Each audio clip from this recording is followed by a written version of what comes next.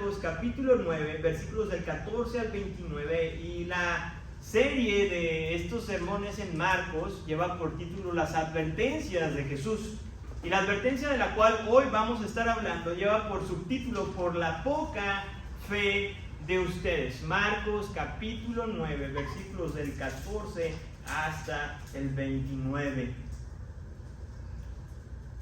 ¿Alguna vez te has preguntado qué hubiera pasado contigo si alguien se hubiera tomado su tiempo y te hubiera advertido quizás de las consecuencias que iba a haber de esa mala inversión que hiciste?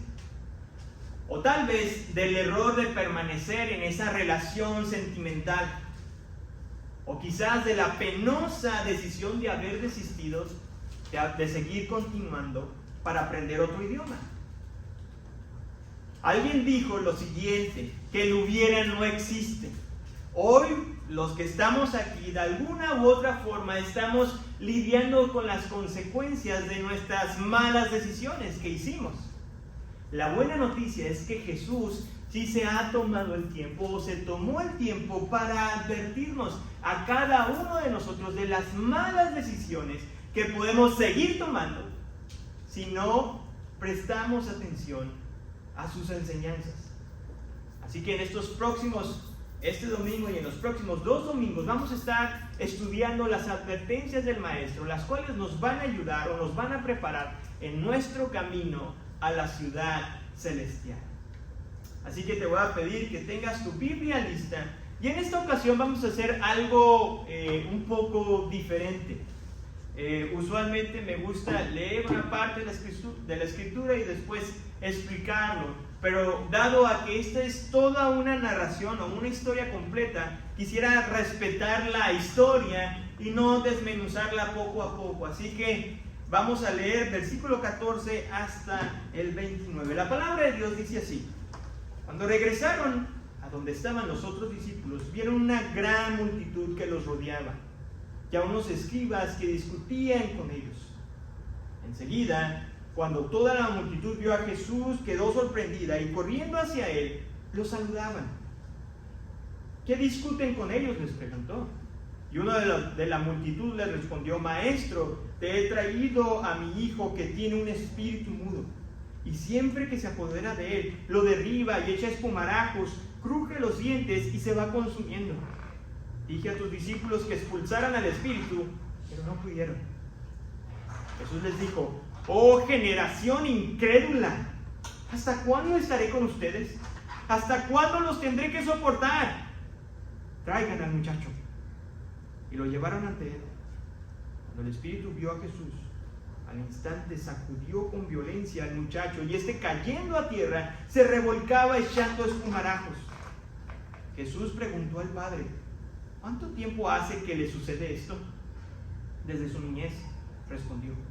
Muchas veces este espíritu lo ha echado en el fuego y también en el agua para destruirlo. Pero si tú puedes hacer algo, ten misericordia de nosotros y ayúdanos.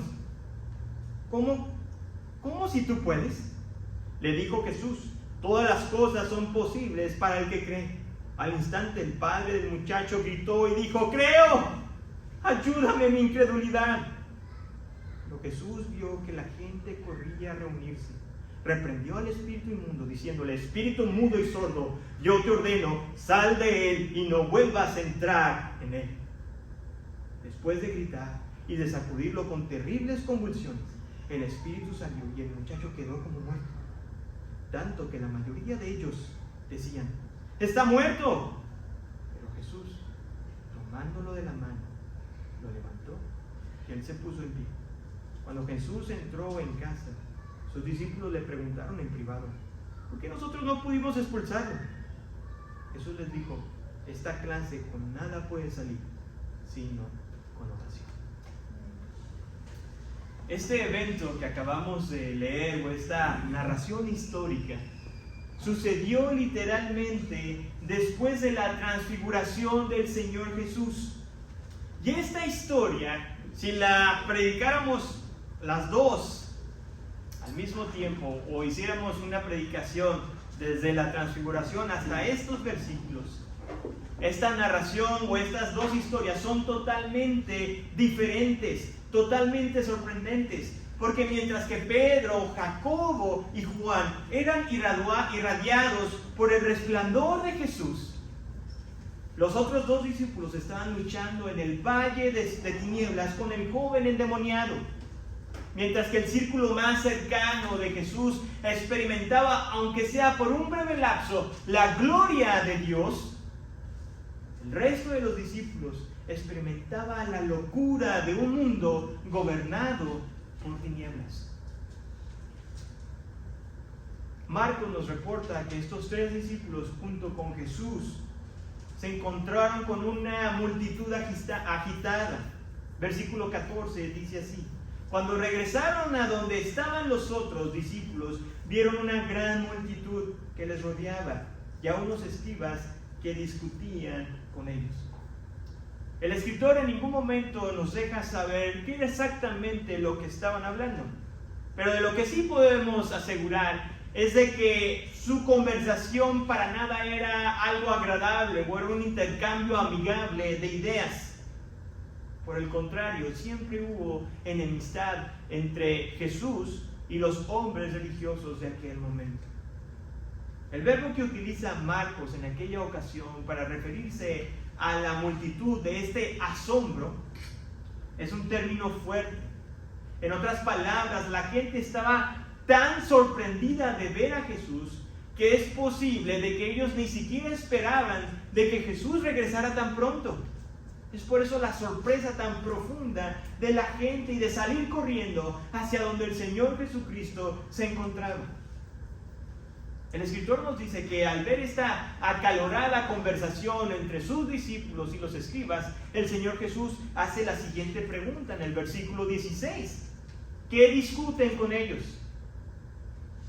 Si pusimos atención, ninguno de estos dos respondió a la pregunta.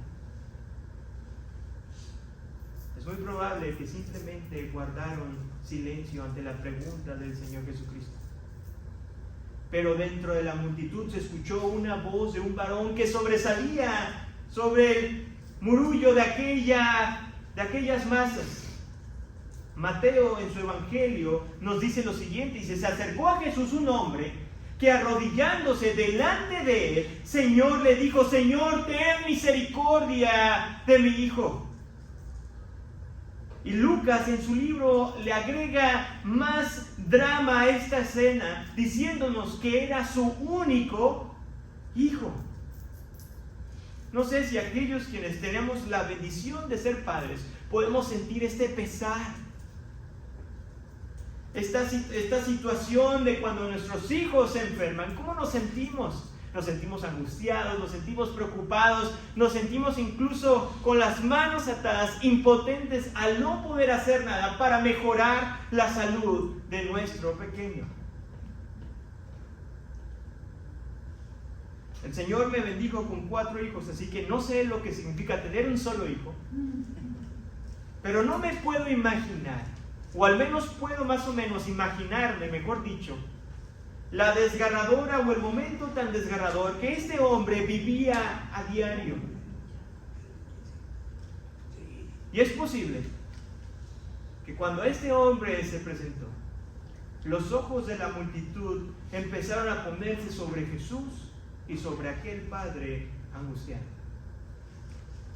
Parte del versículo 18, en la lectura que acabamos de hacer, nos da una descripción muy detallada de lo que pasaba con este joven hombre, con este hombre joven.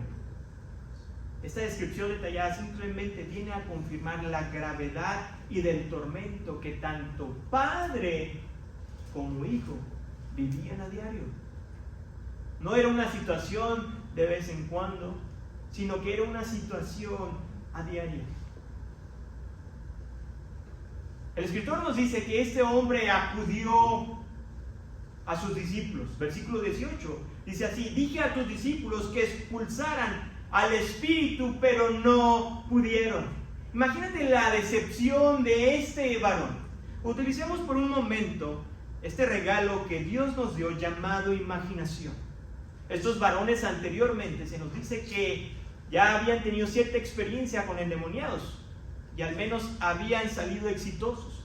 Seguramente Mateo, o a lo mejor en su momento Judas o Andrés, habían estado tratando de expulsar a aquel demonio en aquel hijo y no habían podido, de tal manera que le dijeron: no, déjame intentarlo yo. Y quizás hicieron los 9 una línea para tratar de expulsar a este demonio de aquel joven. Sin embargo, el escritor nos dice que el padre reportó que ninguno de sus discípulos pudieron expulsar a este demonio. Alguien podría decir: bueno, es que el padre se equivocó, tuvo que haber esperado a Jesús. Sin embargo, en Marcos capítulo 6, como lo dije anteriormente, se nos informa ahí que Jesús llamó a los 12, dice, y comenzó a enviarlos de 2 en 2, dándoles autoridad sobre los espíritus inmundos. De hecho, el versículo 13 y 14 del mismo capítulo en Marcos dice también: saliendo los 12, predicaban que todos se arrepintieran. También echaban fuera, no solamente uno, sino dice muchos demonios. En otras palabras, este era un demonio que, un demonio más, un encuentro más con el reino de las tinieblas. Estamos experimentados. Desafortunadamente, el Padre veía cómo cada uno de los discípulos fallaba miserablemente al tratar de sanar a su único hijo. Ante el fracaso de los discípulos y la débil fe del Padre, Jesús exclama lo siguiente, versículo 19: oh generación incrédula, ¿hasta cuándo estaré con ustedes? ¿Hasta cuándo los tendré que soportar? Este reclamo y estas dos preguntas que hizo el Señor Jesucristo iban dirigidas hacia la multitud incrédula que estaba alrededor, hacia los religiosos hipócritas que también estaban ahí en algún momento discutiendo con los discípulos. Estaba dirigida también hacia el padre de fe frágil, pero sobre todo, esta expresión y estas dos preguntas estaba dirigida hacia sus discípulos, quienes mostraron falta de fe. Esta desesperación de Jesús, totalmente justificada y santa, era porque el tiempo de su partida estaba cada vez más cerca.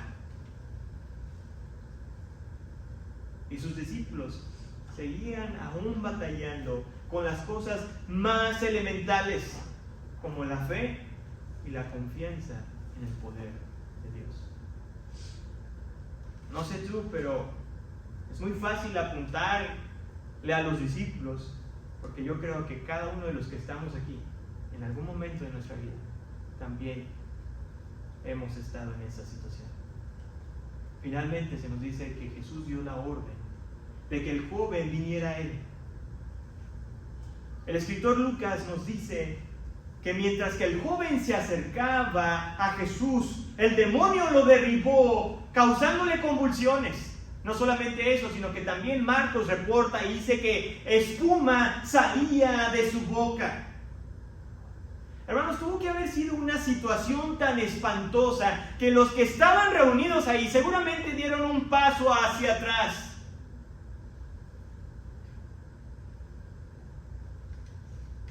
Era una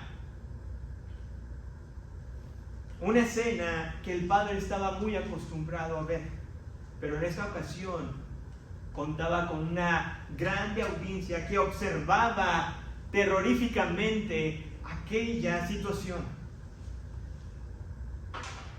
Y es muy probable, como cuando pasan sucesos así, eventos catastróficos o situaciones difíciles en otras personas, y hay una gran multitud, ustedes saben que siempre dentro de esas masas hay personas que empiezan a murmurar en contra de esa familia o de las víctimas. y empiezan a dar sus explicaciones sin sentido, sin base, y empiezan a decir las razones por las cuales esas personas llegaron ahí sin saber los fundamentos o sin tener hechos contundentes. Y es que entre más se revolcaba este joven en el piso y más espuma salía de su boca, más gente se unía a la crítica. Ante tal escena del poder demoníaco, alguien que a lo mejor nunca ha leído o había leído esta narración histórica, o tal vez no se acordaba de los detalles, podría haber llegado a pensar que Jesús iba a actuar de inmediato, porque cada segundo que pasaba era un aumento en la atención de la multitud y era un declive en la fe del Padre. Sin embargo, el escritor nos dice que Jesús inicia una conversación. De hecho, les invito a que lean los pasajes paralelos tanto en Lucas como en Mateo, pues ninguno de los dos registra esta conversación entre Jesús y el Padre, la cual dice así, versículo 21 y parte del versículo 22, Jesús preguntándole al Padre: ¿cuánto tiempo hace que le sucede esto? Desde su niñez, respondió el Padre. Muchas veces ese espíritu lo ha echado en el fuego y también en el agua para destruirlo. Amados hermanos, por supuesto que esta información no era nueva para Jesús, porque la Escritura nos dice que Jesús conocía el corazón de los hombres. Entonces, ¿por qué preguntar algo que él ya sabía? ¿Por qué perder el tiempo y no contestar al instante a la necesidad que estaba ahí presente?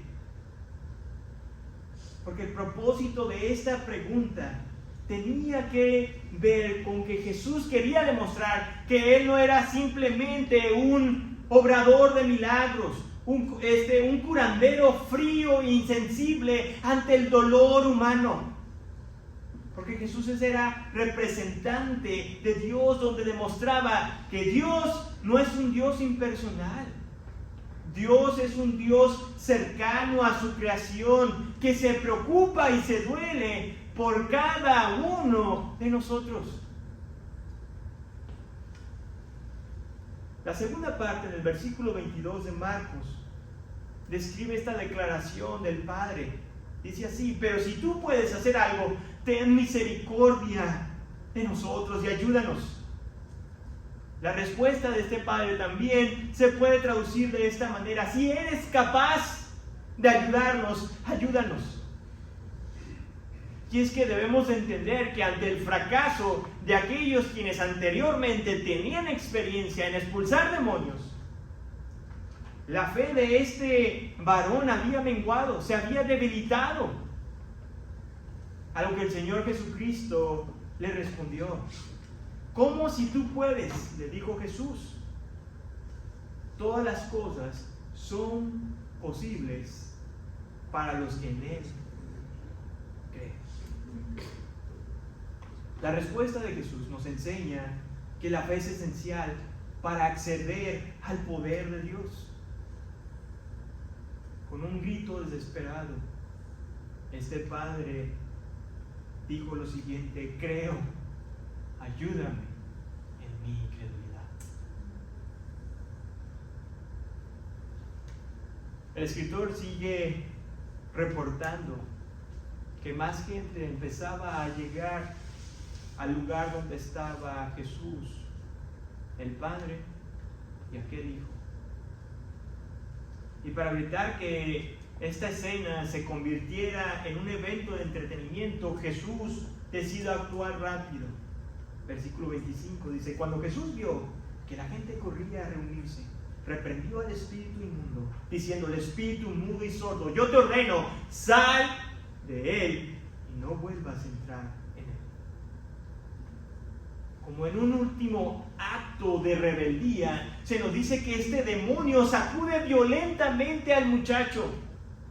Hermanos, no sé ustedes, pero si alguna vez han tenido la oportunidad, o quizás no la oportunidad, pero La mala fortuna de ver a una persona que le da un ataque epiléptico es totalmente sorprendente. Como una persona se mueve sin poder tener control alguno. Y dice que este varón, si algunos han tenido la oportunidad o la mala fortuna de verlo, multiplíquenlo quizás 10 veces más, porque dice que fue tan violento que la gente llegó a decir que ese hombre estaba ¿qué? Muerto. Hermanos, una persona que le da ataques epilépticos no tiene control absolutamente de nada. Y es aquí donde se nos dice que la gente empezó a decir que este hombre joven había muerto. Pero Jesús, tomándolo de la mano, lo levantó. Después de que se termina esta escena, y ya en un lugar mucho más privado, los discípulos, aún meditando en su fracaso, le preguntaron a Jesús: ¿por qué nosotros no pudimos expulsarlo? El desconcierto de los discípulos lo debemos de entender desde la perspectiva que anteriormente ellos habían expulsado no solamente uno o dos, sino que la Escritura nos dice ahí en Marcos 6, muchos demonios. ¿Cuál era la diferencia de un demonio más, un demonio menos? A lo que el Señor Jesús respondió lo siguiente: esta clase con nada puede salir, sino con oración. Esta amonestación de Jesús hacia sus discípulos era con la intencionalidad de recordarles que la confianza no debe estar puesta en ellos, sino en ¿quién? En Dios. Porque Dios no necesita de la fe de los hombres para llevar a cabo sus planes, pero el hombre necesita de la fe en Dios, en Cristo Jesús, para formar parte de sus planes. Una vez que hemos analizado el texto, veamos las dos advertencias que sobresalen en esta historia. Y la primera es que la vida sin Cristo no es vida. La vida sin Cristo no es vida. Mientras que el círculo más cercano de Jesús contemplaba con sus propios ojos cómo iba a ser o cómo sería el tener un cuerpo glorificado, un cuerpo que no estuviera atado del pecado, el resto de los discípulos eran testigos de la esclavitud que hay en el pecado. Sus ojos contemplaban sin reservas algunas lo que realmente hace el pecado en la vida del hombre. Lo humilla, lo esclaviza. Hermanos, no debemos en ningún momento negar de que realmente afuera de este lugar hay personas que están realmente endemoniadas, poseídas por demonios, sujetadas a la voluntad del enemigo. Pero por lo general, los espíritus inmundos prefieren actuar de una manera mucho más discreta. La Escritura nos dice como ángeles disfrazados de luz, para así desviar nuestra fe en Dios. Si naciste antes de los años 90 y escuchabas la radio de vez en cuando, es muy probable que hayas escuchado una de las canciones que hasta el año pasado fue declarada como una canción importante, fíjense, importante a la cultura y a la historia americana. No me refiero a ninguna clase o pieza de música clásica, sino me refiero a la canción interpretada por el famoso puertorriqueño Ricky Martin. No sé si ustedes se acuerdan, de los años 90, casi 2000, la canción conocida como Vive la Vida Loca. Ay, por ahí ya me terminaron, los hermanos sí la escuchaban. Vive la vida loca, pero es una realidad, muchos de nosotros la llegamos a escuchar. La letra de esta canción, déjenme decirles que la letra de esta canción no esconde para nada su mensaje inmoral. Esta canción prácticamente captura la esencia de un estilo de vida salvaje y sin remordimiento. La letra describe la imagen de una mujer sensual, seductora, peligrosa, que hará todo lo posible por tratar de arrastrarte a su estilo de vida. pero de una manera muy astuta. Esta canción es presentada, o su mensaje destructivo es presentado con un increíble ritmo musical, porque aquellos que la hemos escuchado, realmente la música es muy rítmica, hace que te mueva el cuerpo, y también tiene un carismático y muy atractivo cantante, como lo fue en su momento Ricky Martin, que hace que los oídos de aquellos que nos escuchan simplemente se adormezcan ante el peligro de vivir esta clase de vida desenfrenada. Y este es el mensaje que el mundo nos quiere dar, que la vida sin Cristo es mejor. Y este mensaje desafía nuestra fe, desafía nuestra confianza en la palabra de Dios. Amado hermano, la frase va a poder variar con el tiempo, pero siempre tiene el mismo mensaje. ¿Cuántos de nosotros no hemos escuchado las siguientes oraciones? Persigue tus sueños, eres el dueño de tu destino, sé tú mismo, escucha tu corazón o vive la vida loca. No hay mentira más grande que rete nuestra fe, de llegar a creer que una vida fuera de la voluntad de Dios es realmente vida. Es una gran mentira. Al igual que la canción Vive la vida loca, el mundo va a utilizar su arsenal de artimañas para debilitar tu fe y hacerte dudar de lo que Dios dice en su palabra, en la Biblia.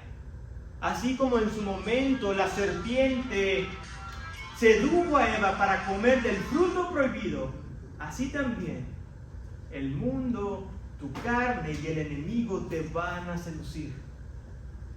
A la madre que invierte espiritualmente en la vida de su familia le hará creer que su esfuerzo no es valorado. Le hará pensar de que sus mejores años están pasando enfrente de ella, están siendo desperdiciados en la crianza de sus hijos. Por un lado va a escuchar esta mujer piadosa: mira a tu amiga, la que va al gimnasio, mira cómo está, observa a tu vecina en ese trabajo exitoso. ¿Y acaso no te gustaría ser apreciada como ellas? Por otro lado, al varón que ha decidido guardar sus ojos y su corazón en pureza, le hará creer que no hay nada malo en apreciar la belleza ajena. El enemigo va a argumentar diciéndonos a ti y a mí: la sensualidad es algo difícil de evitar. Da igual si ves algo por aquí o algo por allá. Hermanos, la idea de vivir sin Cristo, escúchame bien, la idea de vivir sin Cristo también abraza la falsa piedad. Acepta al hombre religioso y promueve su estilo de vida. Porque bien lo dijo Pablo en su segunda carta a los Corintios, capítulo 11, versículo del 13 al 14. Porque los tales son falsos apóstoles, obreros fraudulentos que se disfrazan como apóstoles de Cristo. Y no es de extrañar, pues aún Satanás se disfraza como ángel de luz. No es por nada que aquellos edificios religiosos llamados iglesias son los más concurridos. Es donde hay mayor gente. ¿Por qué? Porque lo único que hacen es elevar al hombre hasta los cielos. La letra y la música simplemente embriagan los sentidos y finalizan con lo que ellos llaman predicación, pero simplemente son charlas motivacionales. Segunda advertencia en estos capítulos o en estos versículos es que Dios no busca una fe perfecta. Dios busca una fe dispuesta. De los 3 evangelios que narran esta historia, Marcos es el libro que da más detalle, que provee más detalles. La narración tan amplia en este evangelio es una evidencia clara de que Jesús está más interesado en tu crecimiento espiritual que en responder inmediatamente a tu necesidad. ¿Me escuchaste bien? Jesús está más interesado en tu crecimiento espiritual, en tu relación con Dios, en tu sometimiento a la voluntad del Santo Espíritu, que ante tu necesidad más inmediata.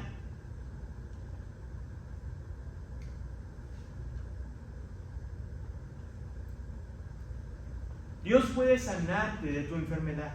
El Señor puede conceder ese aumento que tanto deseas para poder terminar de pagar las deudas que tienes. Él puede cambiar el duro corazón de aquel familiar por el cual has estado orando por años. Él puede acelerar tu proceso de migración, el cual has estado esperando. Sin embargo, su aparente retraso a tu necesidad siempre tiene un propósito en nuestras vidas. Para aquel padre del hijo endemoniado fue ver cómo Dios se interesaba en su sufrimiento. E incluso aprendió que aún hasta la fe más débil puede ver el obrar de Dios en su vida.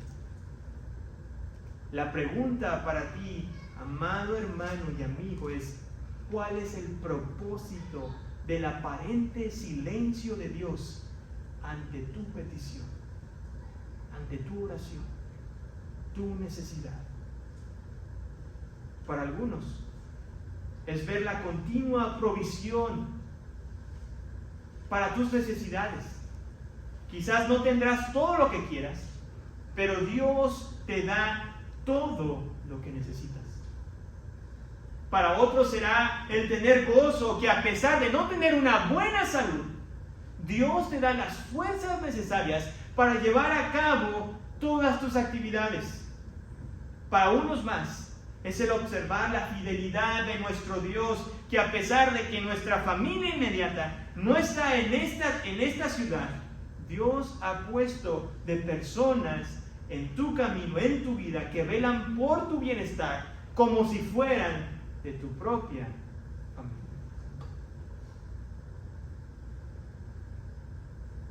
Amados hermanos, por otro lado, el saber que Dios no busca una fe perfecta, sino una fe dispuesta, debe traer humildad a nuestro corazón. Los discípulos se habían quedado completamente desconcertados ante el fracaso, y no solamente el fracaso, sino la vergüenza pública que habían experimentado. Hermanos, ¿cuántos de ustedes en algún momento no han pasado por momentos vergonzosos en frente de más de una persona? ¿Y qué es lo que queremos? Queremos que, como decimos, hay un dicho muy común en México, ¿no? Trágame tierra. Y no queremos estar ahí. Y en aquel momento es muy probable que es lo que sentían estos 9 discípulos. Querían desaparecer. Querían que a lo mejor el Señor Jesucristo viniera, expulsara al demonio y se fueran lo más pronto posible. Sin embargo, Jesús tomó su tiempo para enseñarles también a estos discípulos lo siguiente: que su confianza no debe estar en ellos, sino en Dios. Mateo amplió la amonestación del Señor Jesucristo. Mateo capítulo 17, 20 y 21. Les dijo lo siguiente: por la poca fe de ustedes, porque en verdad les digo que si tienen fe como un grano de mostaza, dirán a este monte: pásate de aquí y allá, y se pasará, y nada les será imposible. Pero esta clase no sale sino con oración y ayuno. Hermanos, amados hermanos, la amonestación de Jesús simplemente resalta de que los discípulos no habían puesto su fe en Dios. Ellos habían puesto su fe en sus éxitos anteriores, en lo que habían hecho anteriormente. Creían o llegaron a creer que tenían el poder suficiente para dominar el reino de las tinieblas y descuidaron la oración, la dependencia en Dios. Y este mismo error, tú y yo lo cometemos cuando nuestra confianza y nuestra fe no está depositada en Dios, está depositada en nuestra experiencia, en nuestra cuenta de banco, en nuestra familia o en cualquier otra cosa que no es Dios. Por eso el Señor nos permite pasar por aflicciones, para recordarnos que nuestra confianza no está en nosotros, sino siempre debe de estar en Él. Amado hermano, el silencio de Dios a nuestras peticiones también revela nuestra falta de dependencia a su voluntad. La oración de fe no es una manipulación a Dios o una forma de manipularlo, sino es una dependencia total a su perfecta voluntad. Esa es la oración llena de fe, aquella que se sujeta a la santa voluntad del Padre Celestial. Quiero concluir de la siguiente manera, con el siguiente desafío, y anhelo y deseo que lo puedas meditar y que lo pienses el resto de esta semana. La vida sin Cristo es una vida que solo va en decadencia. En algunos se nota más pronto que otros, pero todos, absolutamente todos, van hacia el mismo lugar. Una eternidad sin Cristo, el infierno. Por otra parte, la vida en Cristo es una vida de constante fe que, a pesar de no ser perfecta, persiste en creer en aquel que todo le es posible. Oremos a nuestro Dios. Señor, venimos una vez más delante de ti para que en tu gracia, en tu gran misericordia, nos ayudes, Padre, en nuestra incredulidad. Mi Dios, definitivamente nadie de los que estamos aquí tenemos una fe perfecta. Ayúdanos, mi Dios, Padre, a creer eso, que al igual que este varón quien reconoció, Padre, que batallaba porque veía que su petición no era contestada, porque seguía viendo a su hijo seguramente revolcándose, Señor, en el piso, echando espuma. Y fue en ese momento cuando él también accedió y reconoció que necesitaba ayuda para creer. Mi Dios, tal vez en nuestra vida, Señor, es alguna enfermedad de la cual padecemos que ha menguado o debilitado nuestra fe. Quizás sea alguna situación familiar, problemas matrimoniales, problemas con nuestros hijos, cosas financieras, Señor, o cualquier otra cosa, Señor, que esté debilitando nuestra fe en este momento. Que al igual que este padre, con un grito desesperado al cielo, dijo: ayúdame, creo, ayúdame en mi incredulidad. Oh mi Dios, permítenos recordar constantemente que las cosas, Señor, que hemos logrado en el pasado, en ningún momento fueron por nuestra capacidad intelectual, por la experiencia de vida o por los buenos administradores que somos, sino todo lo que ha pasado en nuestra vida, Señor, ha sido porque tú lo has permitido.